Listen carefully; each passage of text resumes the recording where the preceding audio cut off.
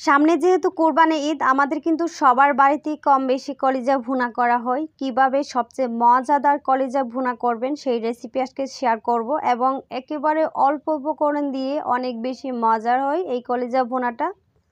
যদি কাউকে এভাবে একবার করে খাওয়ান, সে বারবার আপনার কাছে এভাবে কলিজা ভুনা খেতে চাইবে। চলুন তাহলে দেখি কলিজা ভুনাটা কিভাবে করা হয়।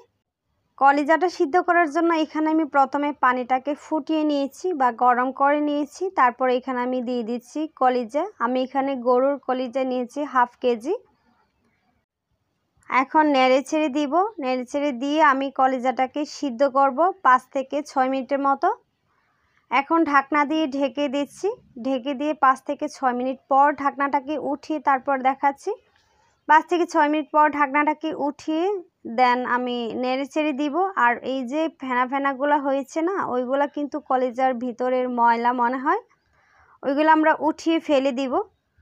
এভাবে আমরা উঠিয়ে ফেলে তারপরে আমাদের কলিজা কিন্তু সিদ্ধ হয়ে গিয়েছে। এখন আমি উঠিয়ে কলিজাটাকে ভালোভাবে ধুয়ে কেটে দেন আবার ফিরে আসব। দেখেন কলিজাগুলো কিন্তু সিদ্ধ করা হয়ে গিয়েছে। এখন আমি কলিজাগুলোকে কেটে নিব। এই যে কলিজাগুলো কিন্তু কেটে নিয়েছি। আর কলিজার মধ্যে যে এরকম যে উপরে একটা আবরণ থাকে, আমি কিন্তু ওই সবগুলো ফেলে দিয়েছিলাম, একটা বা দুইটা রেখেছি আপনাদেরকে দেখানোর জন্য। এই আবরণগুলো কিন্তু ফেলে দিবেন, তাহলে দেখবেন কলিজা রান্নার পর আর শক্ত হয় না।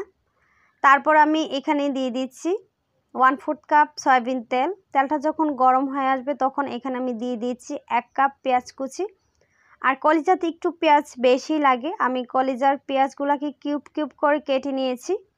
এখন আমি পেঁয়াজগুলোকে 2 থেকে 3 মিনিটের মতো ভেজে নিয়েছি। 2 থেকে 3 মিনিট পর এখানে আমি দিয়ে দিচ্ছি গরম মশলা 4টা, তেজপাতা 4-5 টুকরা দিয়ে দিচ্ছি দারুচিনি, আর 7 থেকে 8টা দিয়ে দিচ্ছি এলাচ। এখন আমি আবারও এই গরম মশলার সাথে পেঁয়াজটাকে ভেজে নেব 1 মিনিটের মতো। পেঁয়াজটাকে 1 মিনিটের মতো ভাজা হয়ে গেলে তারপরে এখানে আমি দিয়ে দিচ্ছি আদা বাটা। আমি এখানে 1.5 টেবিল চামচ দিয়ে দিচ্ছি আদা বাটা, আর 1.5 টেবিল চামচ দিয়ে দিচ্ছি রসুন বাটা। আদা রসুনটাকে কিন্তু এখন আমি 1 থেকে 1.5 মিনিটের মতো ভেজে নেব, যেন এর কাঁচা গন্ধটা চলে যায়। 1 থেকে 1.5 মিনিট পর আমি এখানে অ্যাড করব পানি, যেন মশলাটা পুড়ে না যায়। আমি এখানে 1/4 কাপের মতো পানি দিয়ে দিয়েছি। তারপর এখানে নেড়ে চেড়ে দিচ্ছি। দেন এখানে দিয়ে দিব স্বাদ মতো লবণ, দিয়ে দিচ্ছি 1 টেবিল চামচ মরিচের গুঁড়া, 1 টেবিল চামচ ধনিয়ার গুঁড়া, 1 টেবিল চামচ দিয়ে দিচ্ছি হলুদের গুঁড়া। তারপর এখানে দিয়ে দিচ্ছি 1 টেবিল চামচ জিরার গুঁড়া। দেওয়ার পর এখন আমি নেড়ে চেড়ে ভালোভাবে মিশিয়ে নিচ্ছি। আর কলিজা ভুনার মশলাটা কিন্তু খুবই ভালোভাবে কষিয়ে নিতে হবে। যত ভালোভাবে কলিজার মশলাটা কষাবেন, কলিজা ভুনার স্বাদ তত বেশি বেড়ে যাবে। তারপর ঢাকনা দিয়ে ঢেকে দিচ্ছি। ঢেকে আমি রান্না করব 7 থেকে 8 মিনিটের মতো। এভাবে কিন্তু 2বার পানি দিয়ে দিয়ে প্রায় আমি 10 থেকে 12 মিনিটের মতো কলিজার মশলাটা কষিয়ে নিয়েছিলাম। বলেছিলাম না যে যত ভালো মশলা কষাবেন তত বেশি স্বাদ হবে, এই জন্যই। কষানো হয়ে গেলে তারপর এখানে আমি দিয়ে দিচ্ছি কলিজাটাকে। কলিজাটা দেওয়ার পর আমি আবারও কলিজার সাথে মশলাটাকে ভালোভাবে নেড়েচেড়ে মিশিয়ে নিয়েছি বা মিশিয়ে নিতে হবে। কলিজাটা দেওয়ার পরও কিন্তু আমি আবারও 2 থেকে 3 মিনিটের মতো কষিয়ে নেব। এখন ঢাকনা দিয়ে ঢেকে দিচ্ছি। 2 থেকে 3 মিনিট পর আবার ফিরে আসব। 2 থেকে 3 মিনিট পর ঢাকনাটাকে উঠিয়ে নেড়েচেড়ে দিচ্ছি। স্টেপ বাই স্টেপ যদি এভাবে কলিজাটা ভুনা করেন তাহলে দেখবেন খেতে অসাধারণ মজার হয়। এভাবে আমি আরও 1 থেকে 2 মিনিটের মতো কষিয়ে তারপর আমি এখানে দিয়ে দিচ্ছি পানি। আর আমাদের কলিজাতে কিন্তু বেশি একটা পানি দিতে হবে না, কারণ আমাদের কলিজাটা সিদ্ধ করা আর মশলাটাকেও কিন্তু ভালোভাবে ভুনে নিয়েছিলাম। এখন নেড়েচেড়ে ঢাকনা দিয়ে ঢেকে রান্না করব 5 থেকে 6 মিনিটের মতো।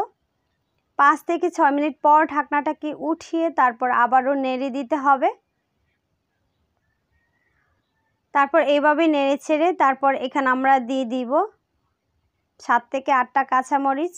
এই কাঁচামরিচটা কিন্তু অবশ্যই দিবেন। কাঁচামরিচটা দেওয়ার পর নেড়েচেড়ে আবারও রান্না করব 2 থেকে 3 মিনিটের মতো। 2 থেকে 3 মিনিট পর চুলাটাকে অফ করে তারপর ঢাকনাটাকে উঠিয়ে দেখাচ্ছি। দেখেন কলিজার রান্নার কালারটা কত বেশি সুন্দর হয়েছে, আর খেতেও কিন্তু দারুণ টেস্ট ছিল। আর এভাবে যদি কলিজা ভুনা করেন তাহলে দেখবেন ছোট বড় সবাই অনেক বেশি পছন্দ করবে।